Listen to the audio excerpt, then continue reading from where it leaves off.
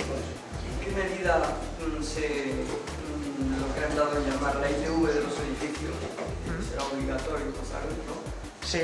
Cuando llega, ¿en qué medida estudia la problemática de la calidad o de la eficiencia energética? No más que sujetar el edificio, poner, no sé. No, en principio las cuestiones principales son de seguridad del edificio, eso sí es verdad, pero sí se empieza a tener en cuenta cuáles son las condiciones de calidad del edificio, tanto a nivel de eficiencia de las envolventes como a nivel de lo que son los sistemas utilizados para la calefacción. Es verdad que no te van a obligar a cambiarlos para pasar la ITV, de manera que, claro, se puede estar perdiendo una oportunidad para incentivar este tipo de medidas. También es verdad que en una comunidad de vecinos en la que ninguno estamos sobrados económicamente, si te obligan a hacer unas rehabilitaciones que son muy costosas, también significan un problema importante para parte de los que vivimos allí. De hecho, todos sabemos que hay edificios que tienen unas pérdidas muchísimo más que otros, sí, casi en la misma época. Sería donde deberían de haber unas ayudas superiores a eso. Si se ha hecho un estudio previo de pérdidas de calor, me parece que es muy fácil, aparentemente, con unas fotografías que hacen, sí, cogen la envolvente térmica, entonces salen con unos colores. Entonces esos edificios deberían de alguna manera, que tienen unas pérdidas mucho mayores, tener una ayuda superior. De hecho, se deberían tener en cuenta. De hecho, es una de las cosas que nosotros proponemos. Cuando se vayan a establecer los criterios por los cuales un edificio o una comunidad de vecinos o un hogar va a ser susceptible de recibir esa ayuda, que hay que priorizar en este tipo de aspectos.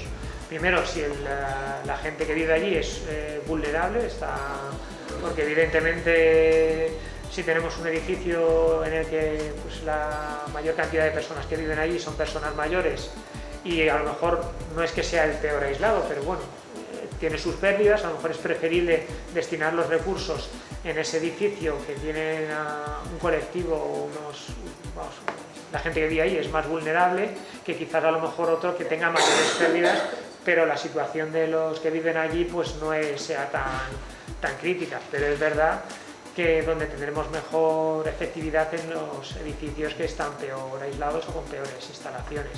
Es verdad que nos puede servir como para ver el estado, porque en realidad ya hay a nivel de vivienda el estado de los edificios en función del tipo de construcción, cómo se construyó, ya se sabe si son ineficientes o no. O sea, eso ya ¿no? Casi por la época se iban construyendo de una manera y de otra, ¿no? Sí, de hecho... Sin cámara, luego ya más adelante... Sí. De hecho es curioso, porque en los años 50 hay una época en la que los edificios están mejor que los siguientes que se construyeron. La calidad de los edificios es mucho peor. Y de hecho hay estadísticas del INE y de la Dirección General de Vivienda que, por ejemplo, en Madrid había un plan de... Bueno, es que no me acuerdo si era de vulnerabilidad urbana, pero sí que tenían categorizado qué barrios o qué zonas eran las más susceptibles desde el punto de vista de eficiencia energética. Si eso lo cruzas con información de cuál es la distribución de la población y todo eso, pues se podían utilizar como fuente de datos para luego distribuir esos recursos. Se destinarían a la rehabilitación, es lo suyo, es lo lógico. La problemática que hay, las viviendas antiguas, que se han dado el alquiler, la renta del alquiler es muy bajo, el propietario tiene que rehabilitarla. Pues en teoría, eso no lo controlo yo muy bien, pero yo creo que el propietario sí que está en la obligación de mantener en un estado adecuado Si la renta es mínima, está perdiendo dinero. Claro, el incentivo es mucho menor para rehabilitar ese tipo de... ¿Y la renta moderna? No, ahora para alquilar un edificio, para alquilar un piso ahora me parece que tienes que tener el certificado de eficiencia energética. Sí, en ese sentido, bueno, de hecho fue uno de los proyectos que hicimos En sí el certificado energético de eficiencia energética no te va a mejorar las condiciones de tu edificio, simplemente te va a decir cómo está, con lo cual se puede utilizar como palanca de mercado porque los edificios o las viviendas que tengan mejor etiqueta energética, pues claro, van a tener menos costes de energía, con lo cual van a ser más atractivas para los inquilinos. Pero en sí el certificado no te va a mejorar la eficiencia energética, simplemente puede incentivar a los arrendatarios, o sea, a los que tienen esas viviendas en alquiler, a hacer obras de mejora, porque luego en el mercado van a poder cobrar más con ello o van a poder recuperarlo. Pero claro, en el caso de alquileres de renta mínima el incentivo es nulo, por no decir. De hecho, incluso en algunos casos se ha dado el tema de que es preferible, de hecho ha habido edificios con renta mínima que no se hace absolutamente nada para que los inquilinos se terminen yendo. Otra de las cosas, a partir del año 80, por ejemplo, es decir, en las construcciones se hacían, es decir, aluminio no con salto térmico. A ahora ya viene el salto térmico que favorece. Ya, por mucho doble acristalamiento que tengas, si no tienes salto térmico, da la circunstancia que para ahí tiene unas pérdidas costosas. Sí, esa problemática viene porque en España no ha habido ningún código técnico que determine cómo se debe construir, mientras que en otros países ese código técnico lleva ya bastantes años, 30 o 40 años funcionando y se revisa casi cada 3 o 4 años. De hecho en Francia hace poco se revisó el último y cada vez las exigencias para construir los edificios son mayores. En España eso no ha pasado hasta, pero no sé si era a principios de este siglo, del 2000, la fecha no me acuerdo exactamente, no salió el primer código técnico. Y aún así el primer código técnico, los requerimientos que tenía eran relativamente bajos con respecto a otros códigos técnicos en Europa. Entonces ahora con la nueva normativa se han incrementado los requisitos para la nueva construcción, o sea, los requisitos en cuanto a eficiencia térmica de los edificios que se construyan ahora en estos momentos, lo cual a medio y largo plazo es bueno porque las personas que vivan en esos hogares de nueva construcción van a ser menos susceptibles a sufrir pobreza energética, pero también es verdad que no soluciona el problema actual, porque normalmente la gente que está en pobreza energética no tiene recursos para comprar esas viviendas. De hecho ya suficiente tiene con lo que tiene. Claro, a la hora de la verdad, lo que manda aquí es el ingreso que tiene cada familia, porque tú puedes vivir en una casa cojonuda, te quedas en paro, te quedas sin ingreso, y como viene la que esté, si no puedes pagar la calefacción, vas a pasar pobreza energética. O sea que a la hora de la verdad es el dinero que tiene una familia para afrontar los gastos de alimentación, los gastos de energía. Es que estamos hablando del certificado energético como si eso fuera la panacea, eso no vale para nada. No, el certificado es un papel que te exigen ahora, que los aparejadores están encantados porque les va a crear un montón de puestos de trabajo. Pero si los aparejadores en muchos casos no pueden ni siquiera hacer los certificados, tiene que ser un ingeniero industrial, dependiendo de la comunidad autónoma. O un ingeniero técnico industrial o un ingeniero industrial. Esa gente está respecto a la pobreza energética también hay algo, y es que si una persona tiene mejores condiciones de aislamiento en su casa, seguramente lo pasará mucho mejor que una persona que tenga peores condiciones de aislamiento en su casa. La pobreza energética no nos la vamos a quitar con un plumazo. Eso está claro. No, pero que tiene más que ver con el ingreso familiar que haya, no con donde viva. Hay una parte, y también con el precio de la electricidad, con el precio de la energía. Por supuesto. Todo.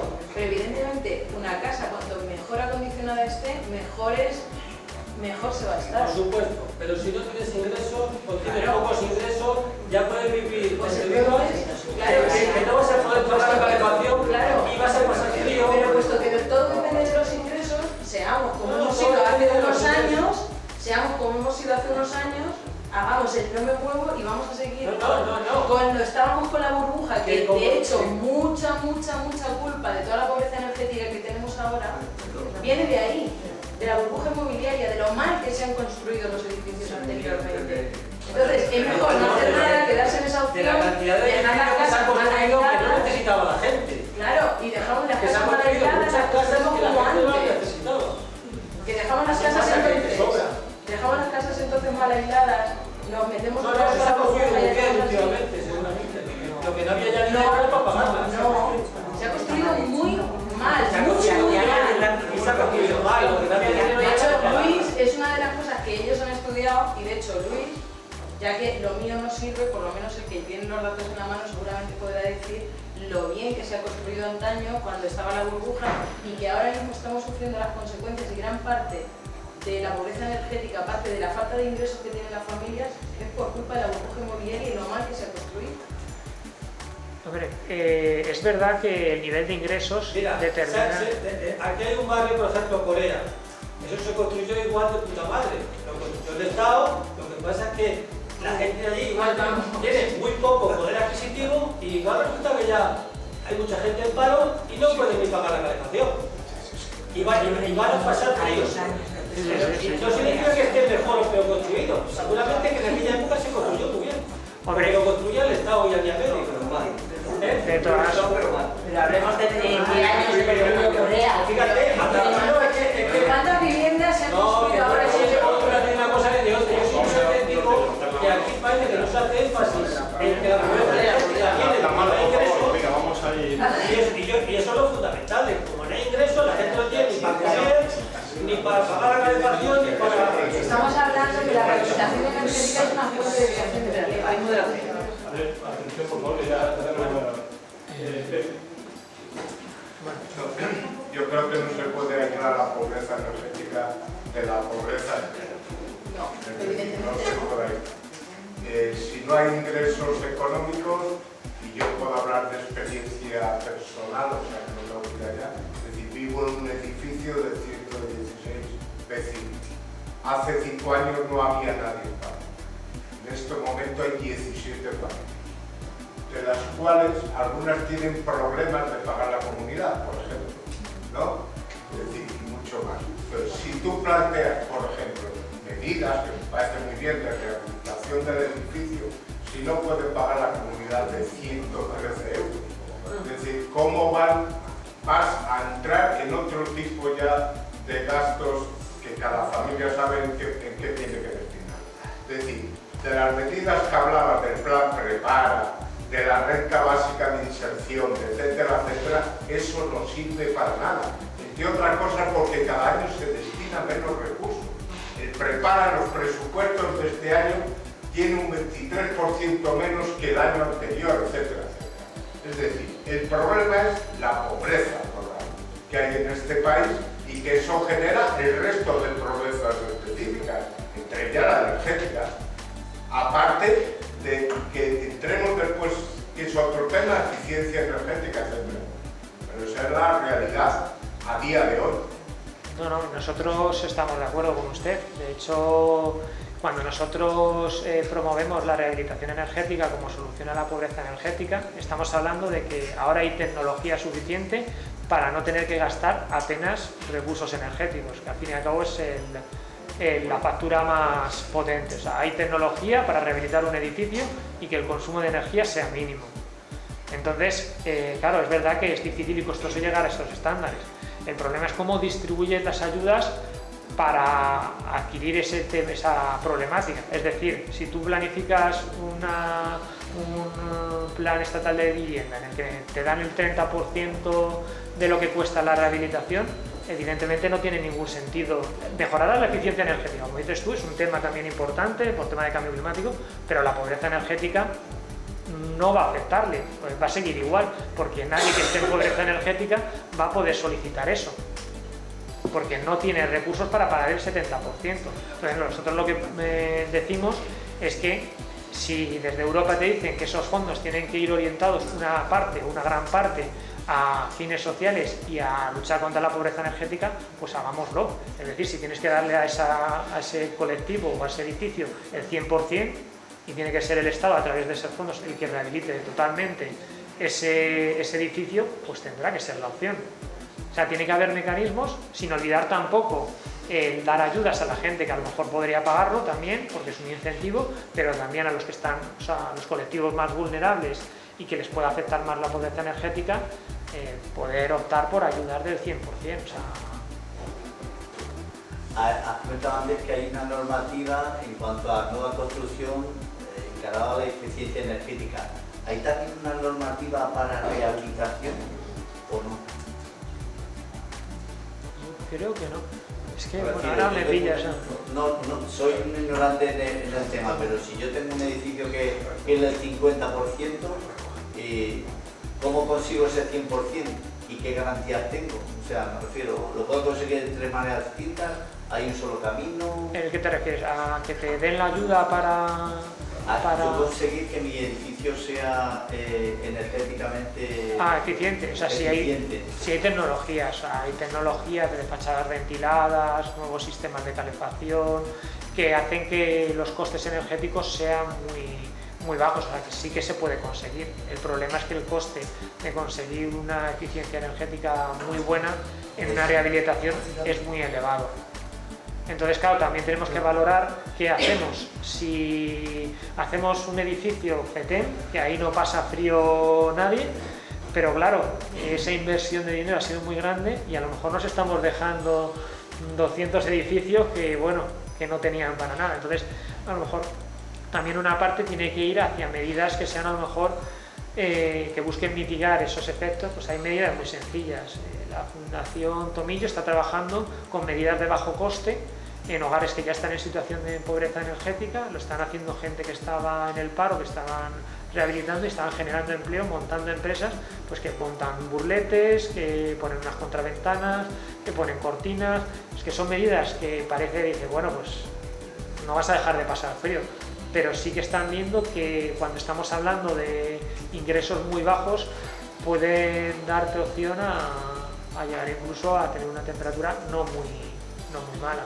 Entonces, claro, por eso decimos que no es una situación sencilla a rehabilitar todos a ciegas, sino que tiene que combinarse este tipo de medidas para luchar a corto plazo, para evitar que las personas más vulnerables sufran sobre todo los efectos de pobreza energética. Lo que no podemos permitir es que la gente se muera en su casa. Entonces tienes que identificar esos colectivos, esos hogares y actuar ahí.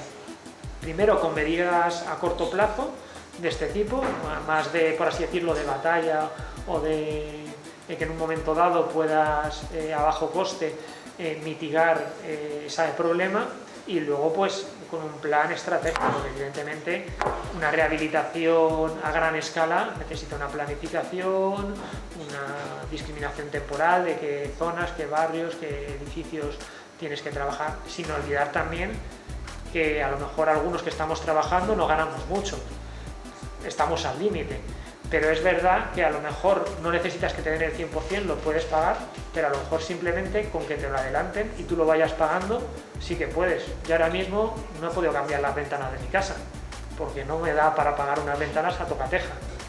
Sin embargo, si a mí me hubiesen dicho, oye, si te lo doy a plazo durante 2 años, pues ya a lo mejor yo cambio las ventanas, porque sé que ese pequeño incremento sí que lo voy a poder asumir, y como ya desde ese momento voy a estar ahorrando en calefacción, incluso voy a poder irlo pagando con el ahorro. Entonces todo este tipo de medidas deben ir orquestadas, o sea, no puede ser una medida suelta, otra, y no debemos olvidar ni los que están en pobreza, ni los que estamos en el límite, que como nos descuidemos y nos quedemos en el paro caemos, ni tampoco los que sí que pueden afrontar ya actuaciones de eficiencia energética, que con un 30% se animan, y bueno, por lo menos tenemos ese caso que esa familia o ese edificio en el futuro no va a tener problemas.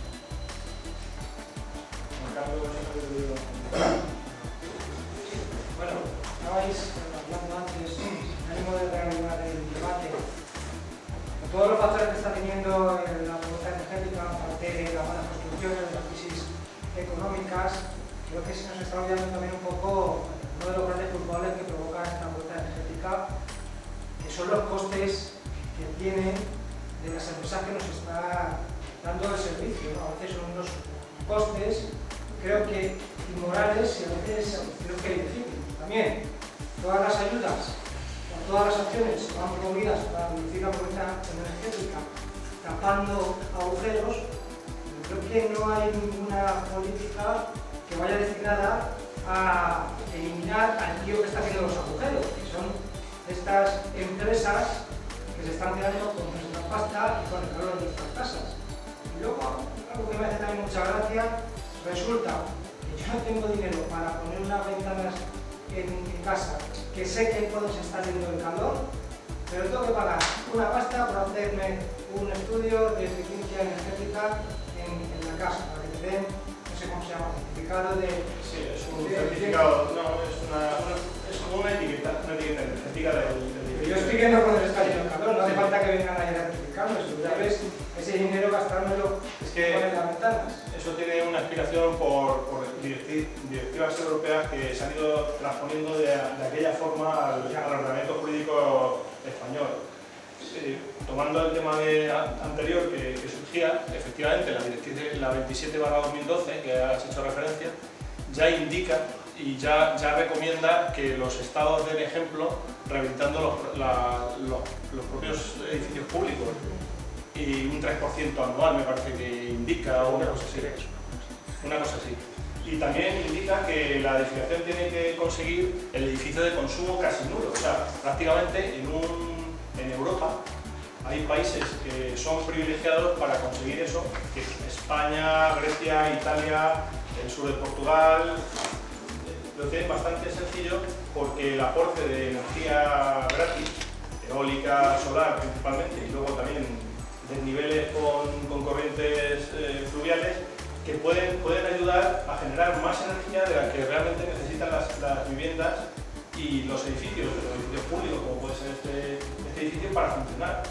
Pero claro, eso tecnológicamente ya se ha alcanzado hace años, y ya lo que ha hecho Europa con estas directrices es decir, ya tenemos una normativa europea, pero claro, está costando mucho esfuerzo y se está transponiendo de aquella manera al ordenamiento jurídico español. O sea, se está transponiendo casi diciendo que prácticamente sean las grandes energéticas las que se van a convertir en las grandes empresas de servicios energéticos. Una parte que no se ha tratado aquí, y es lo que está abriendo estas posibilidades de que se cree un nuevo empleo, que es el de servicios energéticos, que posiblemente en la mesa del lunes que viene saldrá más profusamente, que son empresas que puedan financiar eso que estamos diciendo. O sea, yo pago 100 y pico euros en la comunidad, pero tengo unas necesidades. A ver, si yo estas necesidades que tengo a nivel global del edificio hago una inversión X, pero que yo no puedo asumir, una empresa de servicios energéticos vinculada a esa gestión de ese edificio puede perfectamente financiar esa operación, y yo puedo pasar a hacer un contrato de compromiso de 10-15 años con esa empresa, y de pagar 110 euros al mes de comunidad puedo pasar a pagar 80 o 70 euros haciendo ese compromiso. Claro, la inversión, tomando ese 30% de subvención directa, y ese 70% en ese servicio, dentro de esa prestación, lo facturaría. Es un nicho no me gusta decir nicho, es un yacimiento de empleo que está ahí por explotar en España, puesto que hay unas necesidades reales, y hay una economía real que puede funcionar ligada a solucionar estos problemas. Vale, me callo, está usted y yo bueno. Anteriormente he pronunciado la situación de en los años 80 se construyeron aluminio sin existir la divulgación del salto térmico. Volviendo al comentario que ha hecho aquí mi compañero anteriormente, y vuelvo a decir, yo tengo que rehabilitar estas viviendas quitando esos aluminios donde realmente no existe el salto térmico, y hoy supone una bastante considerable. Porque claro, el aluminio con salto térmico sabes que es un ahorro energético total. Porque es decir, doble acristalamiento y el salto térmico del aluminio es como si fuese la madera. Claro, hay que dar cuenta que esa remodelación, pues hay que dar cuenta que hay que realizarla. Para realizar lo que decimos. ¿Existen subvenciones para poder rehabilitar esa situación? Algún plan de pregunta. A tener lo que ha dicho el compañero antes. Pues en cuanto a ventanas, están los plan Renove Ventanas, que... Es que el doble ventana, sí, la ventana exterior es la misma calidad que la interior. No, me refiero normalmente en las comunidades autónomas tienen un plan que se llaman Renove de ventanas, que si cambias la ventana por unas condiciones, te dan una parte, pero normalmente lo que te dan es un ahorro, pero no es mucho, y depende de los fondos que haya. En la Comunidad de Madrid se acabaron antes de empezar y no han vuelto a salir desde hace un año y pico. Aquí ha estado en vigor, pero creo que hasta mayo casi. Creo que... Y por ejemplo en la Comunidad de Madrid este año no ha salido. Aquí si ha salido pues te puedes hacer la solicitud, te las cambian y bueno, es un ahorro. Lo que te cubre más que nada es por el precio que tú puedes pagar por mercado una ventana normalita tirando a mala, con esa ayuda puedes comprar una que de verdadmente aísle bien. Pero claro, no es lo que hablábamos, desde el punto de vista de pobreza energética, si no tienes dinero ni para pagar la factura de la luz, no la vas a poder para cambiar la ventana. Yo creo que aquí lo más importante es también la voluntad política, porque no puede ser que en Alemania haya 1000 cooperativas de energía, aquí nada, que apuesten por energías renovables y vayan ya. Y hay 7, bueno, pues más bien. No, pero en comparación... es un tema político, es un tema Es de mentalidad, es más de compromiso, de querer apoderarse tú de tu energía. O sea, no que te lo vendan todo, sino voy a fabricar todo. Sí, pero si tú quieres fabricarla, tú quieres poner un panel solar en tu casa, no puedes también, tienes que pagar una tasa. El otro día no quedó tan meridiano. Es una ley que ha sido una ley coco. O sea, viene el coco, que viene el impuesto, que realmente no está desarrollado como tal. El peaje famoso o sea, falta por desarrollar, no se ha desarrollado.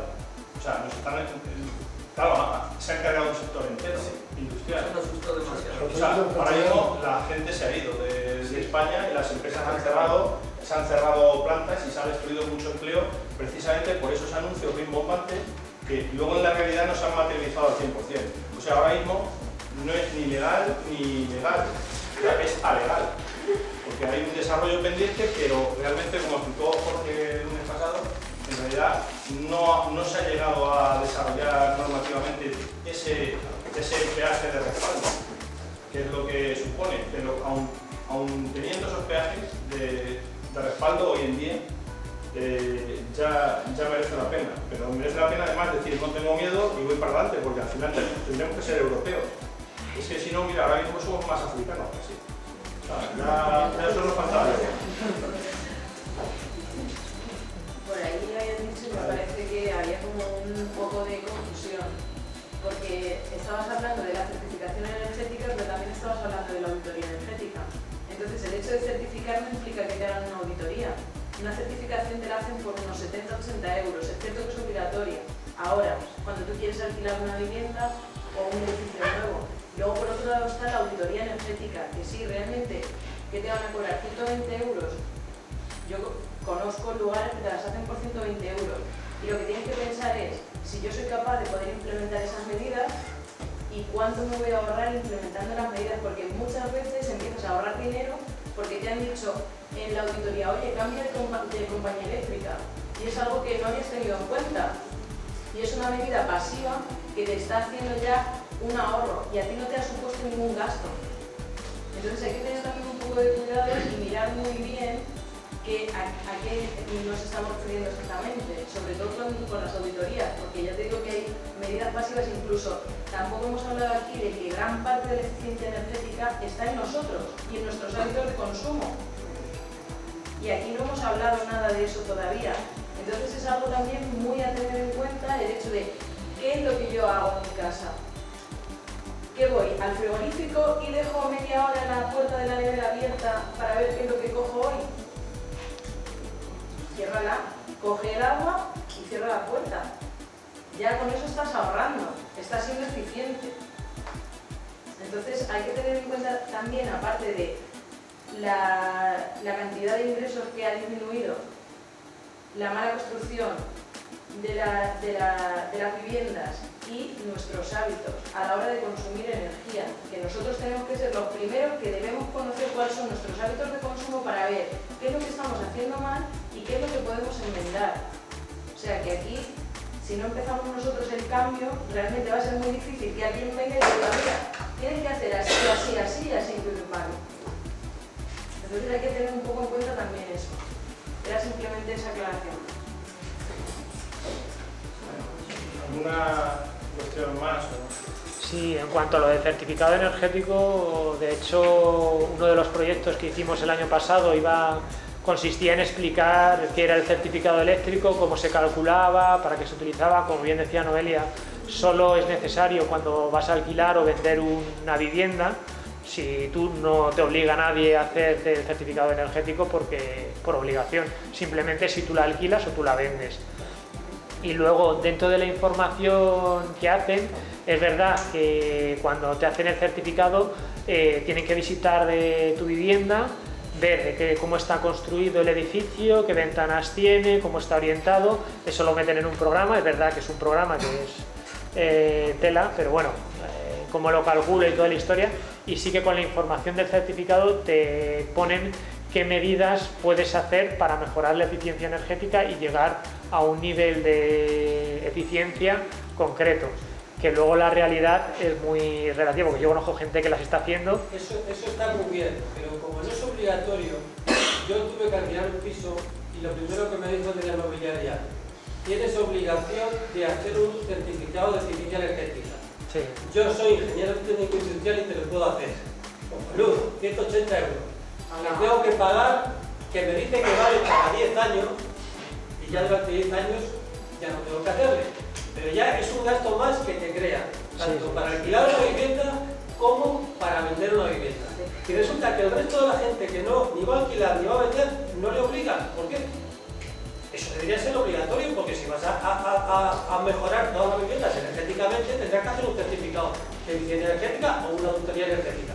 Y solamente se te crea un coste para alquilar o para vender. Es un coste.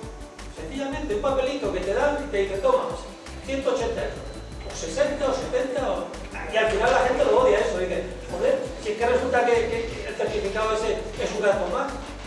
Sí, sí. O sea, va en contra. O sea, tú no le ves ninguna cosa favorable. Ves que te has gastado 100 euros o 150. Claro, y lo único que dices: coño, menos mal que me dura 10 años.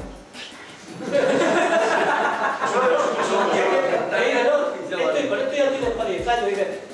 Y es que te dicen: no, y es que si viene uno a alquilarte la casa y ve varios certificados, va a alquilar, si todos son F o no sé cuánto, porque todas las casas que alquilas son viejas y vamos, la eficiencia energética que tienen es, vamos, lamentable. Se le escapa el calor por todos lados.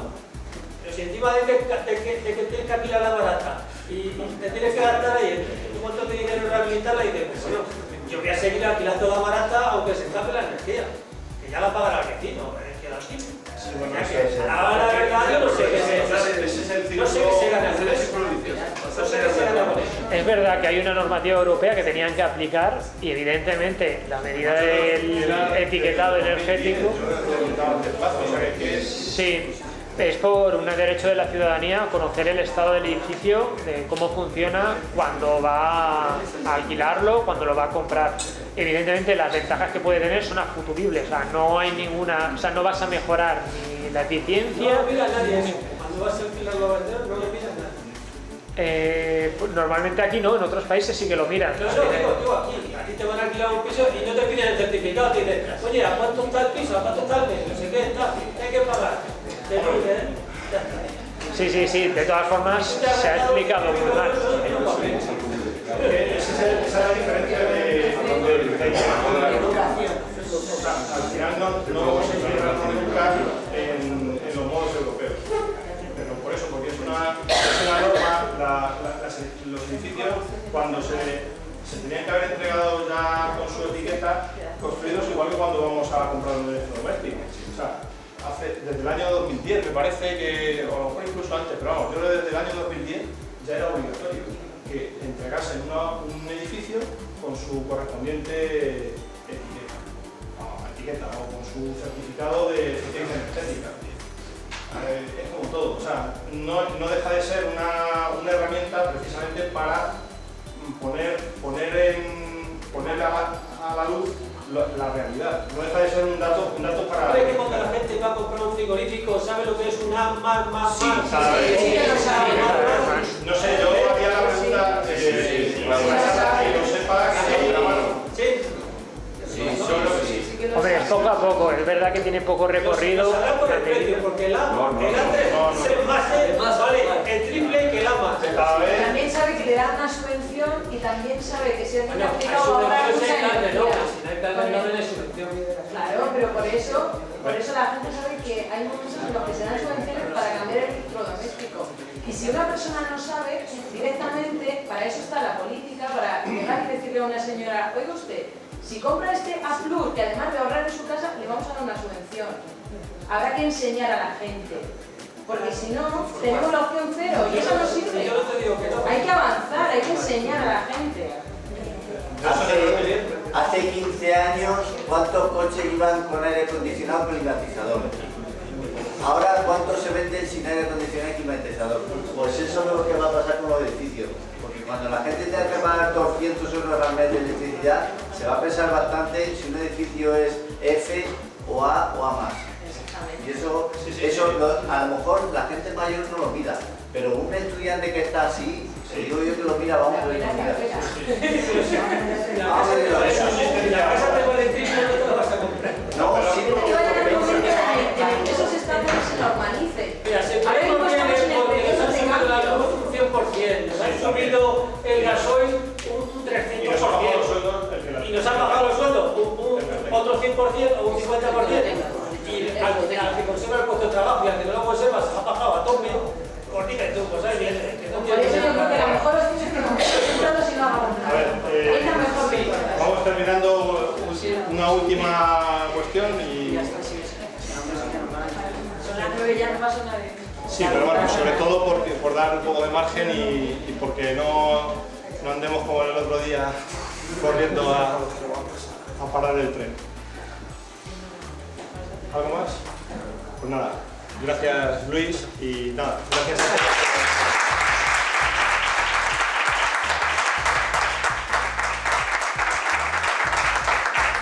Gracias a vosotros por soportarme a estas horas. Que ya es un milagro venir a estas horas.